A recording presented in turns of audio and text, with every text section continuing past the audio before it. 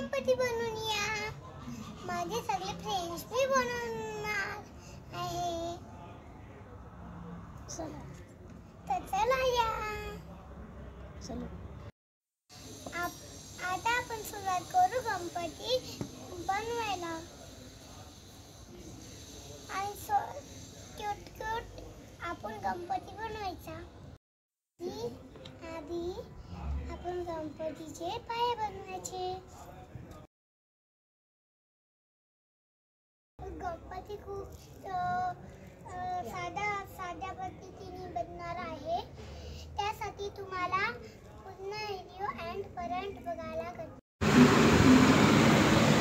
Hello friends, मी एक भिंडी गणपती बनवते. लोला कलर देते. आपला गणपती तयार झालेला आहे.